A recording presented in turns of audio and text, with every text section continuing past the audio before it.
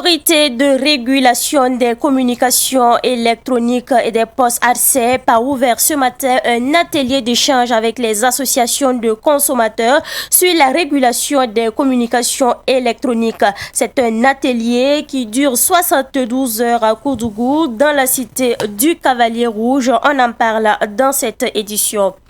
Les habitants des zones non loties de Saptenga, situées dans la commune de Pabré, se démarquent du projet de lotissement de la société immobilière ATTP. Ces habitants accusent la société ATTP de ne pas respecter ses engagements dans le cadre du processus de lotissement. Savane Média a rencontré les habitants de Saptenga, mais aussi les responsables de la société immobilière ATTP. C'est le grand format de cette édition. Mesdames et messieurs, bonsoir, soyez les bienvenus sur Savane TV. Je suis ravie de partager avec vous cette heure d'information.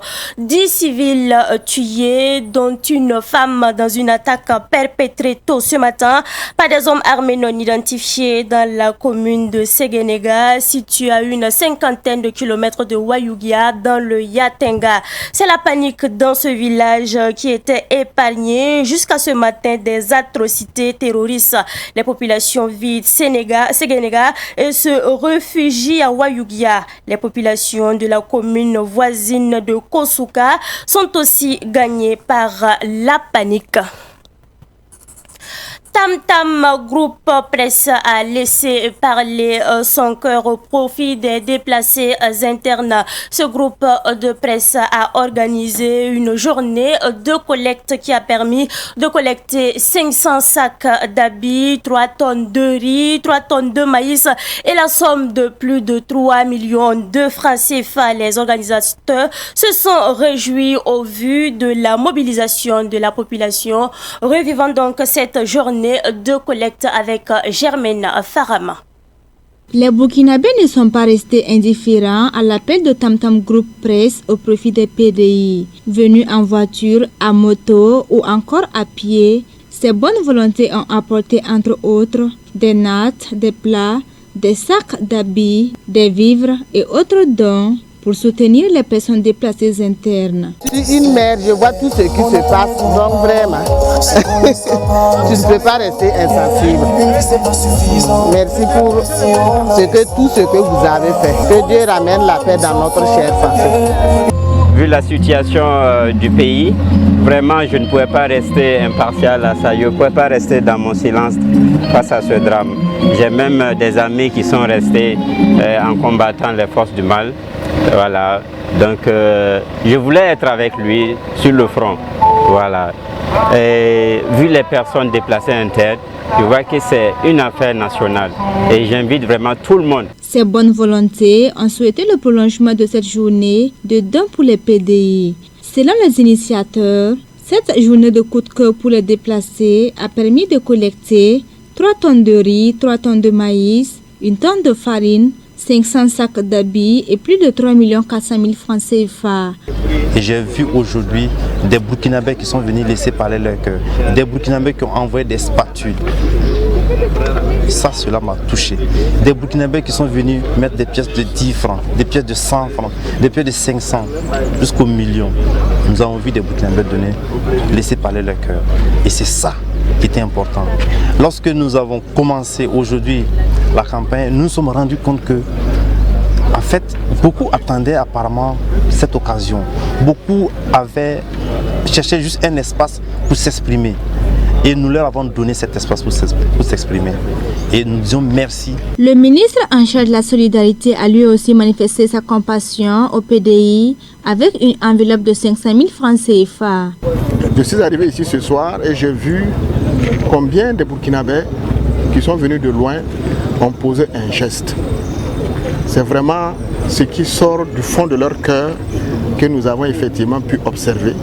Et nous avons également entendu depuis le matin, beaucoup de Burkinabés sont venus en faisant des dons en nature et en donnant aussi de l'argent. On n'a pas besoin d'être très riche pour être utile à son prochain. Et nous l'avons constaté au cours donc de cette campagne, cette journée de solidarité organisée par le. Donc, Je peux dire que cette première édition a rempli vraiment sa mission. Et nous pouvons également rassurer l'ensemble des Burkinabés que les dons qui ont été collectés vont effectivement être utilisés pour les personnes déplacées internes. Cette journée coup de cœur pour les PDI s'est déroulée sous la supervision d'un huissier de justice. C'est sous le thème rôle des prédicateurs et imams pour la résolution de la crise nationale que la Ligue nationale des arabophones du Burkina Faso a tenu un panel hier dimanche. La rencontre a eu lieu à la maison du peuple. Diakouba Kiamtore nous en dit plus. La Ligue nationale des arabophones du Burkina Faso apporte sa contribution à la lutte contre le terrorisme. Elle a organisé un panel sous le thème « Le rôle des prédicateurs et imams pour la résolution de la crise nationale ». Discrets au début de cette crise sécuritaire, les prédicateurs et les imams entrent dans la danse. Ils admettent faire des propositions de solutions au gouvernement. Les musulmans étaient absents, malgré la pression de la rue. Et cette absence ne se justifie pas, car le pays appartient à tout le monde. Ce pays, c'est le pays à tout le monde, à toutes les religions, toutes les couches sociales. Il est de notre devoir aujourd'hui de nous réunir ici pour essayer de voir ensemble quelles propositions. Alors, d'abord entre nous, les concertations, la synergie d'action, qu'est-ce qu'on peut proposer à notre État dans cette lutte existentielle, car elle est cruciale. Les prédicateurs et les imams entendent passer par leur prêche pour appeler les terroristes à la raison, surtout ceux qui disent combattre au nom de Dieu. D'autres approches sont également en vue. Alors nous avons des idées à leur donner. Et comme nous ne craignons pas, nous n'avons pas cette crainte-là, c'est la franchise chez nous, c'est la vérité chez nous. Nous sommes les héritiers des prophètes, nous allons dire la franche vérité, face à face. Indexer l'ennemi, parce qu'il faut diagnostiquer le mal alors pour pouvoir le soigner. Les prédicateurs et les imams exhortent la population du Burkina Faso, sans distinction de religion, à cultiver les valeurs de paix et de cohésion sociale pour un Burkina meilleur. L'association Génération pour la paix GPP invite la classe politique burkinabé à faire preuve de tolérance et à s'organiser dans un esprit de défi collectif pour la reconquête du territoire national. Les responsables de GPP l'ont affirmé au cours d'une assemblée générale ordinaire. Était donc à cette assemblée générale Abdoulaye Kinda. C'est l'appel à la réconciliation pour un meilleur vivre ensemble qui a nourri cette deuxième assemblée ordinaire de l'Association Génération pour la paix GPP. Elle s'adresse plus particulièrement à la classe politique burkinabé. Il s'agissait pour nous de transmettre un message de paix à la jeunesse et invite à tous les Burkinabés, plus particulièrement la classe politique, à faire preuve de tolérance et à rester mobilisés dans un esprit de défi collectif pour récupérer les zones rouges à travers la réinstallation des déplacés internes et le retour de l'administration publique. Les chefs traditionnels, en 1946, ont brisé des murailles traditionnelles pour la reconquête de la colonie de Haute-Volta. Donc c'est un exemple et c'est un chemin que nous devons réemprunter aujourd'hui afin de rétablir la stabilité dans notre pays. Nestorine Sangaré, qui était l'invité d'honneur de cette assemblée ordinaire, a laissé entendre que la réconciliation n'est pas quelque chose de forcé, mais d'indispensable. La paix, ce n'est pas une donnée permanente. Tant qu'il y a des hommes, des êtres humains qui vivent ensemble, il y aura toujours des moments d'incompréhension, des moments de divergence et même de conflits. Mais chaque fois qu'il y a des conflits, nous devons nous surpasser pour revenir à la paix. Et cette paix, elle ne peut être possible que quand il y a le pardon et quand il y a la réconciliation. Ce n'est pas quelque chose de forcé, mais c'est quelque chose d'indispensable. Et si jusque-là, tout au long de l'histoire de notre pays, nous avons pu surmonter des coups d'État, des périodes de conflits violents et continuer de vivre ensemble, c'est qu'il y a eu l'esprit de pardon et l'esprit de réconciliation. Nous sommes arrivés à un stade où cela semble plus compliqué. Mais j'ai confiance que les Burkinabés ont cette capacité d'aller au-delà des divergences et regarder l'intérêt supérieur de la nation, penser à l'avenir. Dans le futur, il y aura encore des conflits. Et dans le futur, on va encore pardonner, se réconcilier.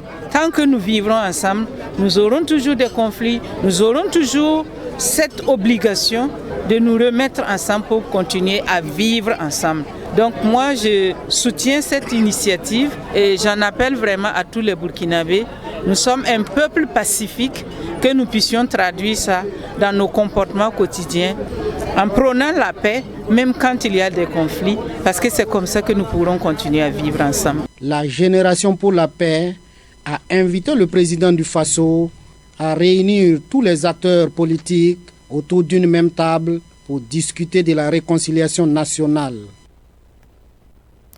Dans cette édition du 8 août 2022, nous parlons d'une soirée d'hommage au père de la Révolution. Il s'agit bien sûr du capitaine Thomas Sankara. C'est ce que le mouvement endogène a organisé à l'occasion de la célébration du 4 août qui rappelle l'avènement de la Révolution. Ahmed Joël Compaoré. Dans tous tes livres, dans tous tes enseignements, tu nous l'as montré. Le préalable à la paix durable s'appelle justice. Tu es un dja de justice, enseigne-nous ta justice. Ambiance musicale dans une ferveur révolutionnaire pour rendre hommage au capitaine Thomas Sankara, leader de la révolution de 1983. Une initiative du mouvement endogène pour perpétuer l'idéal et l'œuvre de Thomas Sankara. Le 4 août 1983 nous a donné une direction, des outils, des instruments de développement de ce pays-là. Nous a doté d'un programme, comme on l'a dit, la révolution démocratique et populaire, tracer les sillons, tracer les actions qu'on doit poser pour que ce pays soit développé. C'est pour cela que ces dates-là sont des dates fétiches pour endogènes. Les révolutionnaires, tous ceux qui ont pris part, ont montré que non, notre propre bonheur ne dépend que de nous. Pour l'artiste musicien Sam Skalodja, héritier de la révolution, la date du 4 août est d'une grande importance. Je me considère, avec beaucoup de jeunes burkinabés, comme étant des héritiers du capitaine Thomas Sankara. Et pour nous, chaque date qui aura marqué l'histoire politique de ce pays depuis l'avènement de la révolution, le 4 août 1983, il est important pour nous d'organiser des activités, des rencontres d'échange, de communion, pour que la jeune génération comprenne qu'il y a eu des jeunes qui ont eu des rêves pour ce pays. Sankara et ses camarades ont eu ce rêve, malheureusement qui n'a duré que 4 ans, mais qui a impacté la vie sociopolitique de ce pays. Et Sankara aujourd'hui est une référence mondiale. C'est un appel qu'on lance à tous les enfants de ce pays, à l'intérieur comme à l'extérieur. Nous sommes près de 30 millions de Burkinabés, 20 à l'intérieur, 10 à l'extérieur. Si on arrive à mettre nos intelligences ensemble, ce pays va se relever et briller. Sur la question de la demande de pardon de Blaise Compaoré, l'artiste se prononce. Vous savez, il ne faut pas prendre un problème entre des personnes pour en faire un problème national. Blaise Compaoré est l'un des fils du papa de Sankara. Qu'est-ce qui l'empêchait pendant les 27 ans d'aller dire « Ah papa, voilà comment ça s'est passé. Vraiment, je suis désolé. » Et dans le système Mouara, parce qu'ils appartiennent tous à ce système, il y a ceux-là qu'on appelle les Yaranse ou bien les Yesramba qui peuvent aller entreprendre des démarches. Si nous proclamons africains, on ne peut pas aller au-delà de nos racines. C'est avec d'autres actes comme la remise de plantes et aussi du document sur la révolution du docteur Lalsaga au mouvement endogène et au mémorial Thomas Sankara que la soirée d'hommage a pris fin. Tu es un dja de justice, enseigne-nous ta justice. TV.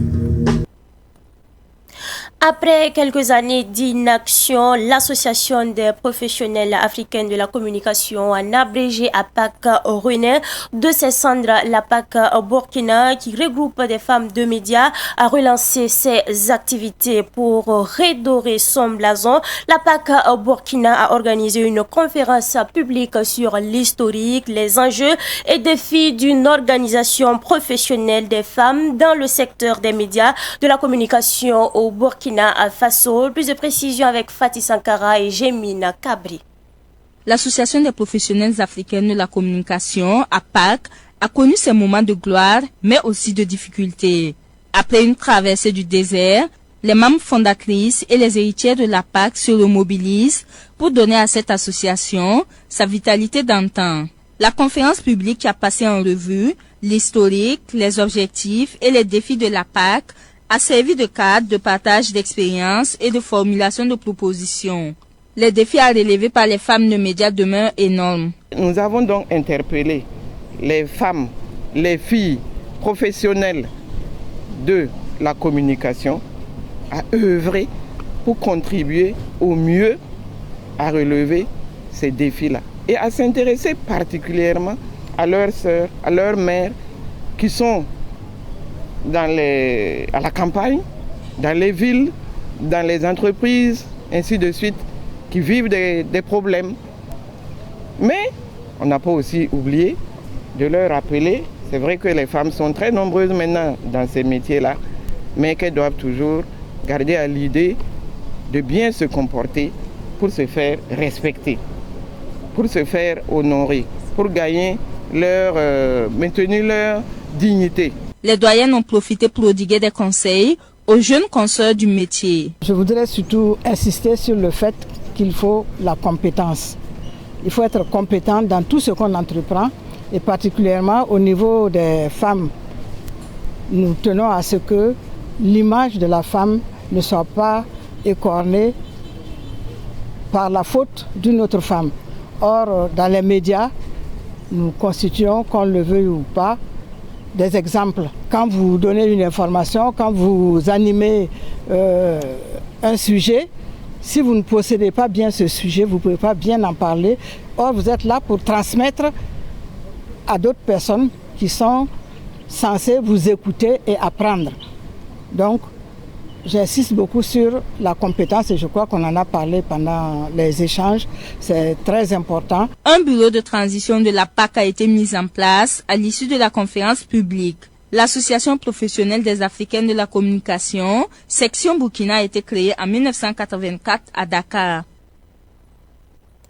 Je vous l'annonçais en titre, l'autorité de régulation des communications électroniques des postes ARCEP est à la recherche de solutions aux plaintes des consommateurs. L'ARCEP tient un atelier de 72 heures avec les associations de défense des consommateurs et les représentants des sociétés de téléphonie mobile pour des échanges et des recommandations. Cet atelier devrait aboutir à l'amélioration des services de téléphonie mobile. Quels sont donc les enjeux de cet atelier? Réponse dans ce reportage signé Fatih Sankara. Les consommateurs ne sont toujours pas satisfaits de la qualité et du coût des services de téléphonie mobile. Chaque jour, l'on assiste à des plaintes. C'est pour réduire et même mettre fin à ces plaintes récurrentes des consommateurs que l'ARCEP a initié cette rencontre d'échange tripartite avec les associations de défense des consommateurs, les téléphonies mobiles et l'ARCEP. Les recommandations issues de ces 3 jours d'échange doivent être mises en œuvre par les sociétés de téléphonie mobile au risque de subir des sanctions. Comme vous l'aurez remarqué, les composantes donc, de notre écosystème, ce sont les consommateurs, les opérateurs, l'État et nous-mêmes régulateurs. Donc, il me semble qu'il est important de se retrouver et d'échanger sur les préoccupations des consommateurs. Vous avez vu, depuis un certain temps, il y a des plaintes tous les jours. Donc, on a estimé important de se retrouver et d'échanger. C'est à travers les dialogues que nous allons effectivement sortir des recommandations fortes pour nous permettre d'avancer. Donc, comment est-ce qu'on va arriver à échanger et trouver justement des recommandations qui vont nous permettre d'avancer, de ne plus parler donc de ces plaintes-là, Donc, à l'issue de ces travaux-là, les recommandations qui seront prises nous permettront donc de réguler davantage ceux qui ont pris des engagements et qui ne vont pas les respecter. Nous pourrons procéder à des sanctions. Les représentants des sociétés de téléphonie mobile se reconnaissent dans les plaintes des consommateurs. Ils sont dans une dynamique de satisfaction des consommateurs. Alors, les plaintes demeurent, oui, on peut le dire ainsi, mais tout de même, il faut reconnaître qu'il y a toujours des plans d'action, des actions qui sont posées dans le sens d'améliorer les prestations. Et si on va de l'an passé à cette année, vous verrez qu'il y a eu pas mal d'actions qui ont été déroulées et elles vont continuer d'être déroulées dans le sens, on dit bien, hein, la perfection elle est au quotidien. Il y a toujours cette dynamique-là de travailler à ce que les choses s'améliorent et que, consommateurs que vous êtes, vous puissiez percevoir les résultats tangibles suite à ces actions qui sont mises en place. Mais le réseau national des consommateurs du Faso reste perplexe quant à la mise en œuvre des recommandations de l'atelier. Malgré la fréquence de ces rencontres, la qualité n'est pas. Les services au Burkina Faso, je suis désolé de le dire, sont de mauvaise qualité, de piètre qualité et excessivement chers. Nous l'avons dit et nous ne cesserons de le répéter. C'est d'ailleurs les plus chers de l'Afrique de l'Ouest. Nous donnons 3 semaines au sortir de cette rencontre. Nous espérions que ces compagnies de téléphonie mobile fassent leur mea culpa et qu'elles se décident, se résolvent à nous offrir des services de qualité. Donc il y a lieu que nous, Association de défense du consommateur, nous nous mobilisons et c'est ce que nous entendons faire les jours à venir. L'atelier d'échange prend fin ce mercredi. Cette fois-ci, nous parlons du PPS, le Parti patriotique pour le salut, qui a procédé hier à l'installation officielle de la sous-section et l'ensemble des 27 comités de base de la commune de Saba, située à quelques encablures de la ville de Ouagadougou. Les membres des 2 bureaux ont promis de faire rayonner le parti dans la commune de Saba, étaient donc présents Daouda Yameugou. Conformément au texte du parti, le PPS, Parti patriotique pour le salut, installe les structures de base dans les communes.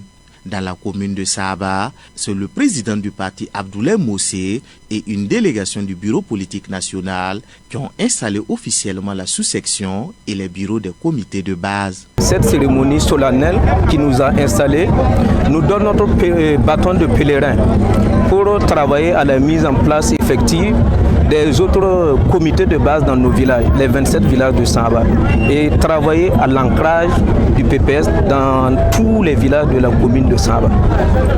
Vous savez que c'est le début et le PPS doit travailler pour sa visibilité. Et la visibilité va passer par la mise en place des structures dans tous les villages de Saba.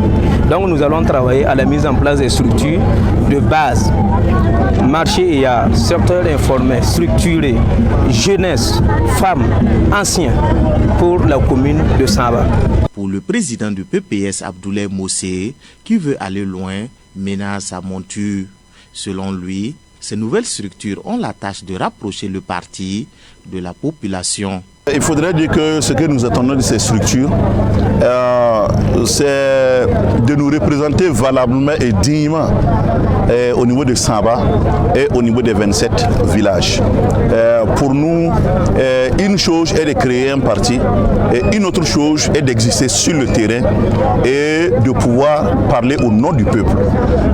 Nous utilisons d'une manière ou d'une autre le nom du peuple sans trop s'approcher du peuple. Pour nous, il n'y a pas une autre manière de s'approcher du peuple que de se faire représenter au niveau local. Le Parti patriotique pour le salut n'est pas venu les mains vides dans la commune de Saba. Il a offert une tonne de riz et une tonne d'engrais, respectivement aux personnes déplacées internes et aux paysans de la commune de Saba. Venons-en au grand format de cette édition. Les lotissements réalisés par les sociétés immobilières continuent de faire des gorges chaudes. Les habitants des zones non loties de Watinoma, Koumtouera et Simidi dans la zone de Saptenga, située dans la commune rurale de Pabré, sont montés au créneau pour dénoncer le non-respect des engagements de la société immobilière ATTP ou Assistance Technique et travaux au public. Les habitants l'ont fait savoir au cours d'une conférence de presse. Plus de précisions avec notre reporter qui était sur les lieux, Pakisba Mariam Ouetraogo. Mouvement d'indignation relatif à l'état actuel des travaux de lotissement des zones non loties de Watinoma, comme Twega, et côté Simidi dans la commune rurale de Pabré vis-à-vis de la société immobilière ATTP. Nous constatons une lenteur du processus de lotissement qui dure maintenant 6 ans. Le non-respect de certains accords pris entre la société ATTP et nous, habitants. Par exemple, le non-dédommagement des personnes qui seront impactées directement par les travaux. Les taxes très élevées fixées par la société sans une concertation avec nous, habitants, qui s'établissent comme suit. Les résidents, 285 000 francs. Non-résidents, 560 000 francs. Habitants inachevé, 1 660 000 francs. Sam Roger Nigema, directeur de l'aménagement du foncier de la société ATTP, affirme que sa société est à Saabtenga depuis 2018 et que la population fait des contributions à l'aménagement et non des paiements de taxes. Ce ne sont pas des taxes parce que nous ne sommes pas arrivés à un niveau où les gens doivent payer d'abord les taxes. C'est des contributions à l'aménagement. Et je m'explique, c'est un projet participatif. La population, les propriétaires et la société qui se sont concédés à initier un projet de bien-être pour tout le monde. Et dans ce projet, la société a pris des engagements, y compris la mairie, à faire des réinvestissements pour la population. Et nous avons estimé qu'aujourd'hui, selon le contexte national auquel nous sommes, vu l'envergure de ce projet, il va falloir que chacun puisse mettre du sien à la réussite de ce projet. En plus du paiement des taxes, les habitants doivent se délocaliser à Bilogo, selon son porte-parole. Nous avons été informés que nous serons attributaires de parcelles spécialement aménagées vers Bilogo. Notre qu'au début, la société disait vouloir utiliser notre zone pour en faire une cité, chose que nous avons réfutée. Ensuite, il nous est revenu que nos sites d'habitation seront aménagés pour servir de zones commerciales et sera même déjà vendus. Cette information, nous la détenons de certains membres de la société ATTP. Sur le terrain ici, nous voyons des gens qui viennent indiquer nos habitations comme leurs futures parcelles. La société n'a jamais fait allusion à un des logements hors de Saabtenga. La société va aménager une trame d'accueil afin de pouvoir reloger les gens de Saabtenga.